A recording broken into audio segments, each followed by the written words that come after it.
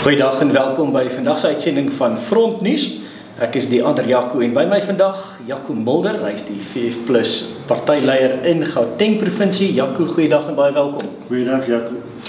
Jaco, ons is vandag by die partyraadsvergadering en ook 'n bietjie van 'n terugblik oor hoe gaan dit met die party in die provinsie. Wat is jou mening?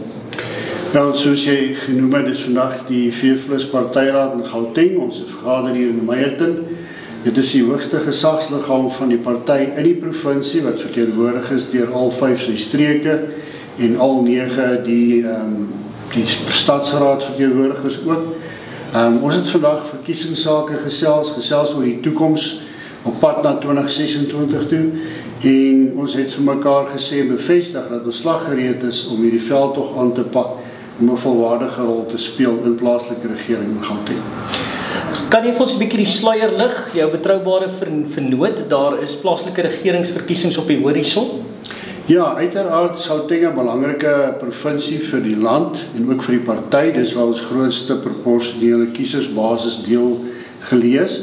Die VF+ in Gauteng is verteenwoordig in al 9 stadsrade en ook in die 2 distriksmunisipaliteite. Die party het ook 'n bewese trekrekord in soverre dit regering betref. Ons is in koalisie in die Tshwane Metro gewees, in die Ekurhuleni Metro, in die Mogale City Stadsraad, ook in die distriksmunisipaliteit van die Wesrand en Johannesburg. Terwyl die koalisies bestaan het in hierdie tyd, het ons 'n waardevolle stabiliseringsrol gespeel om waarde toe te voeg. En daar waar ons in oppositie dien, gee ons goeie waarde vir stem en streef ons wen-wen oplossings na. Ons het nou gepraat van jou betroubare vernoot, jou betroubare regeringsvernoot. Die VF+ het 'n trekrekord van regering en dalk 'n volwasse vernoot in die toekoms.